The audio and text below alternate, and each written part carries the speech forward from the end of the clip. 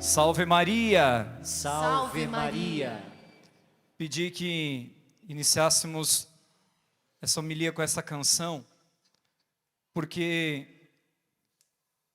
essa liturgia, o dia de hoje, para mim é motivo de grande graça. Eu venho aqui para testemunhar o que realmente Deus pode fazer em nós, através do cuidado de Nossa Senhora. Através do cuidado de uma mãe. Imaculado Coração de Maria. Nós temos uma mãe com um coração terno que cuida de nós. Temos uma mãe que olha pelos seus filhos. E alguns de vocês sabem o que eu já passei, eu vou contar isso agora, alguns ainda não, vão descobrir. Mas eu venho hoje celebrar essa Santa Eucaristia para dizer que a nossa vida, a minha e a sua, nós temos dois jeitos de vivê-la. E isso não são palavras minhas, mas palavra de um grande cientista, que eu digo depois. Diz assim: só duas maneiras de viver a vida. A primeira é vivê-la como se os milagres não existissem. E a segunda é vivê-la como se tudo fosse milagre. Duas maneiras de ver a vida. Duas maneiras de viver a vida. A primeira é vivê-la como se os milagres não existissem. A segunda é vivê-la como se tudo fosse milagre. E o grande cientista Albert Einstein. Todos nós conhecemos, né? Palavras dele. Nós como cristãos, e por isso nós estamos aqui na Canção Nova, professando a nossa fé, celebrando essa Eucaristia, nós acreditamos na vida, que a nossa vida é um milagre. É um presente que nos foi dado por Deus, um grande dom, que nós não escolhemos. Quem que escolheu nascer? Nós recebemos, como um grande dom, um presente, e que nós somos chamados a cuidar dessa vida. E cuidar essa vida e devolvê-la para o Senhor. A nossa vida é para a maior honra e glória do Senhor. A nossa vida, ela deve ser para exaltar o grande nome do Senhor. Ou então, nós vamos perdendo o significado, nós vamos ficando pelo caminho. E assim eu vou me explicando por quê. Hoje, dia do Imaculado Coração de Maria. Mais uma data que Nossa Senhora escolheu para marcar a minha vida. Eu fiquei padre em 11 de fevereiro de 2012. 11 de fevereiro, dia de Nossa Senhora de Lourdes. Lá ela se apresenta como a Imaculada Conceição para uma menina analfabeta, uma menina simples, pobre, doente, asmática. E lá em Lourdes, na França, quando Nossa Senhora aparece para ela, ela pede que lá cave naquela gruta de Massabielle, onde era um grande lixão naquele momento, que ela, em uma das aparições, foram 18 aparições, Nossa Senhora pede que ela cave no meio daquele lixo, faça um buraquinho e lá sai um pouquinho de água, com um pouquinho de lama, e de repente Nossa Senhora pede a ela que lave as mãos, depois com aquela lama, com aquela água barrenta, lave o rosto, e depois beba um pouquinho daquela água. Algumas pessoas que já foram junto com Bernadette naquele momento, e porque já tinham ouvido falar das aparições, chamaram ela de louca, chamaram ela de tantas outras coisas, tentando minimizar aquilo que era a força da graça que lá estava acontecendo por meio da aparição de Nossa Senhora. Mas aquela fonte, aquele buraquinho se transformou numa fonte, e numa fonte que jorra até os dias de hoje. E lá naquela fonte, muitos já foram curados por beberem daquela água, por tocarem naquela água. Lá em Lourdes existem mais de 7.000 relatos de graça, de cura, que a ciência não consegue explicar como conseguiu. E muitos outros que as pessoas não foram lá para poder levar os seus exames ou dizer que receberam graça. Tive a graça de, em 2019, estar lá, e convidado por um grupo. Uma vez eu terminei uma missa de Cerco de Jericó, lá em Joinville, e uma coordenadora de grupo veio e perguntou se eu já tinha ido aos Santuários Marianos. Eu tinha dito que não. E aí eu disse, eu preciso ir mesmo para agradecer Nossa Senhora pela minha ordenação. E naquele momento eu fui, vivi toda a experiência, e no nosso grupo, para a honra e glória do Senhor, nós tivemos alguns peregrinos que receberam a graça da cura do câncer, inclusive, e que testemunham até hoje. Até hoje. Mas isso que aconteceu lá em 2019. Nesse 2023, depois de um ano bastante corrido, de muitas missões, várias celebrações, reuniões, nós tínhamos acabado de viver no mês de outubro o aniversário da comunidade Betânia. 12 de outubro, nós celebramos aniversário da comunidade, né, o dia que a comunidade foi fundada.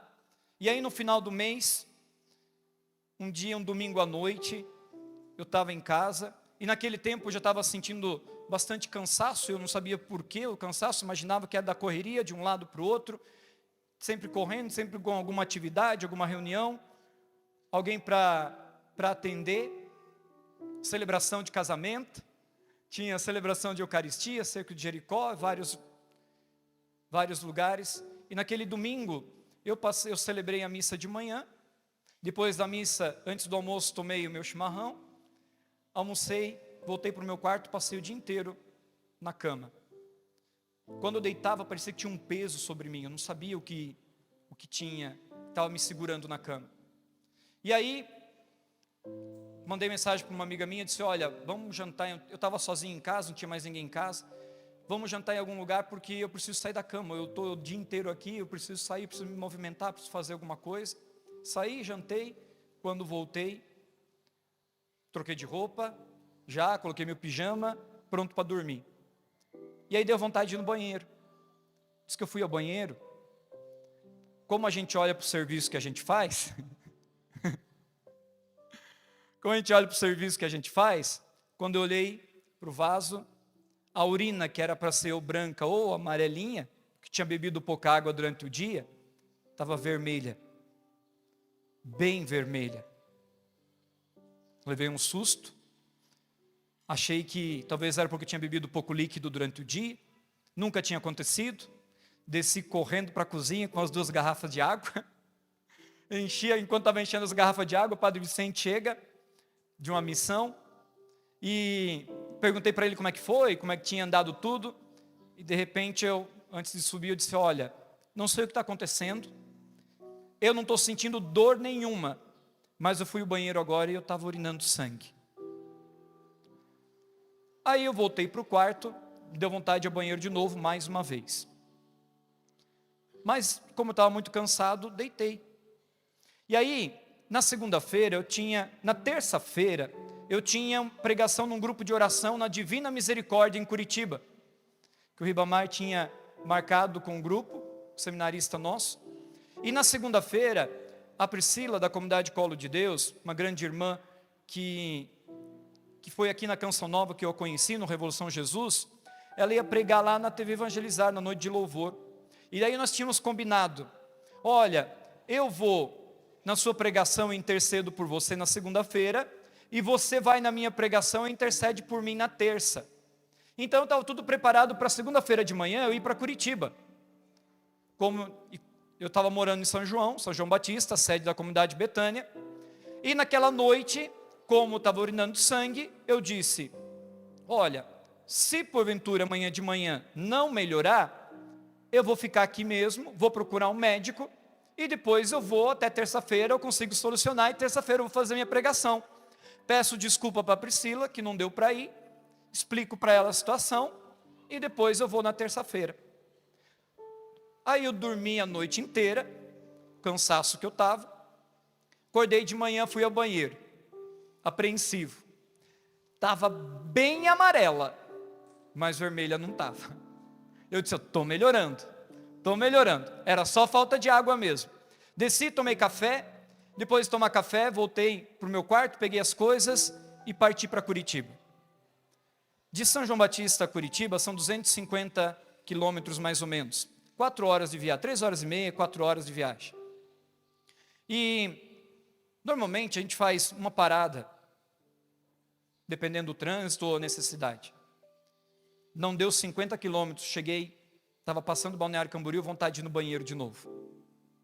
Parei na autopista, entre Balneário e Itajaí, fui ao banheiro, começou de novo. De novo. Andei mais um pouquinho, cheguei em Joinville, de novo. Cheguei no pé da serra, de novo. Subi até Curitiba, fui almoçar com a Priscila, com a Lorena, consagrada à Comunidade Colo de Deus, com o irmão dela. Não falei nada para ninguém. Almocei com eles, várias vezes ao banheiro, ia e voltava. Como eu não tinha celebrado a Eucaristia ainda, deixei eles lá e fui do centro de Curitiba até o Recanto para poder celebrar a Eucaristia. Até então, só tinha falado na noite anterior o Padre Vicente e mais ninguém. Celebrei a Eucaristia, aí o Ribamar e o Flávio foram comigo para a noite de louvor. Quando eu estava chegando lá, na noite de louvor, eu disse para eles, olha, eu estou desde ontem urinando sangue, eu não sei o que é. Não estou com dor, mas eu estou urinando sangue. Nós vamos ficar para a noite de louvor, e se não melhorar até o final da noite de louvor, aí a gente vai procurar um médico. Tá bom? Então tá bom. Ficamos a noite de louvor, e muitas vezes ao banheiro, saía e voltava, e de repente eu comecei a me sentir muito fraco, muito fraco, muito fraco. E nisso estava chegando, tinha terminado a pregação, ia entrar o Santíssimo. E nisso que entrei o Santíssimo, falei para o Flávio, Flávio, é o seguinte, o Santíssimo vai entrar, ele vai passar aqui do nosso lado, ele vai vir para o centro, mas depois ele vai passar em todo o auditório, e dependendo se tiver gente lá embaixo no santuário, ele vai descer mais no santuário, vai subir, a gente vai rezar com o Santíssimo, e só depois será a bênção. Então vai demorar demais, estou me sentindo muito fraco, eu preciso ir para o hospital. Então logo que o Santíssimo passar por aqui, eu vou para lá. Vamos saindo de fininho e vamos para o hospital. Só que quando chegou o Santíssimo, que ele passou na minha frente, eu me ajoelhei, olhei para ele e disse assim, me entreguei. Senhor, eu não sei o que está acontecendo, mas eu estou aqui. Não sei o que está acontecendo, mas eu estou aqui. E eu senti, naquele momento, que eu realmente me entreguei, me lancei nos braços de Deus. E aí eu olhava para ele e dizia assim, para que você vai procurar outro médico se você está diante do médico dos médicos? E aí eu disse, então sim, Senhor, primeiro eu fico aqui contigo, e quando terminar eu vou procurar um médico. Fiquei até o final. Recebemos a bênção do Santíssimo, saímos de fininho, eu disse, nem me despedi de muita gente, fomos procurar um hospital. Muita chuva naquela noite, aí tentando ligar para o plano para saber onde é que era, aí aquele monte de gravação, até você conseguir chegar a falar com alguém, demora um monte, aquelas gravações mais atrapalham, dependendo da situação, do que ajuda.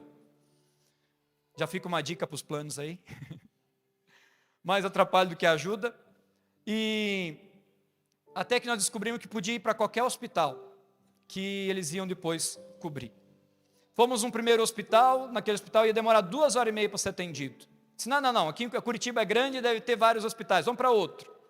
Procuramos um outro hospital, chegamos lá, aí falei para ele da urgência, aquilo que tinha, a moça da triagem viu, né? Eu tinha filmado a coloração, mostrei, e aí ela me passou para frente, mas eu estava sem dor, eu entrei. Me colocaram lá em observação, coletaram meu sangue, coletaram a urina, e eu fiquei lá, sentado na poltrona, esperando o resultado. Um monte de gente do meu lado, tomando soro, com dor, com muita dor, gemendo de dor, e eu sentado na poltrona. Olhava para todo mundo e disse, meu Deus, o que eu tenho? Esse povo está sofrendo mais do que eu, e eu aqui sentado. Aí de repente, me chamaram para uma tomografia, fui fazer a tomografia, só que já era mais 10 horas, disse, o resultado só amanhã de manhã, então você vai ter que ficar, ou você pode ir para casa, esperar o resultado e voltar amanhã de manhã, ou então você fica aqui, esperando o resultado. A gente providencia um lugar para você. Eu olhei para a enfermeira e disse, moça, eu estou urinando sangue, desde ontem, o que eu vou fazer em casa? Pelo menos se precisar der qualquer coisa, eu estou aqui no hospital já, não preciso correr de lá até aqui. Aí me arrumaram, fiquei numa maca, dentro de 2 biombos de uma maca, deitado a noite inteira, várias vezes ao banheiro e voltando, e eu pensei, meu Deus, eu estou urinando sangue, me deram um remédio. Mas porque a gente não sabe, também não sabia o que era. No primeiro momento, se achava que talvez era uma pedra no rim, talvez era alguma infecção urinária, alguma coisa assim nesse sentido, estavam investigando, não sabiam. Passei a noite inteira lá, veio o resultado de sangue, nenhuma infecção. Veio o resultado de urina, nenhuma bactéria. Só a coloração, só o sangue, só a presença do sangue, mais nada. Para resumir a história, no outro dia de manhã, eles olharam, não tinha, na tomografia não deu nada. E a doutora me falou assim, olha, nós não descobrimos nada, nós vamos ter que te encaminhar para um urologista que vai poder investigar um pouco mais a situação que você está passando. Mas só conseguimos um encaixe para amanhã, depois das 2 horas da tarde. Isso era terça-feira, já perto do almoço. Aí a doutora me olhou assim e disse, mas você não comeu beterraba não? Você não tomou muito suco de uva? Eu disse, não, minha filha, faz muito tempo que eu não como beterraba, faz muito tempo, porque a beterraba realmente altera a coloração da urina, das fezes e tal. E não comi beterraba, não comi nada, não tomei suco de uva nesses dias, nada. Então, nós vamos continuar investigando. Voltei para casa.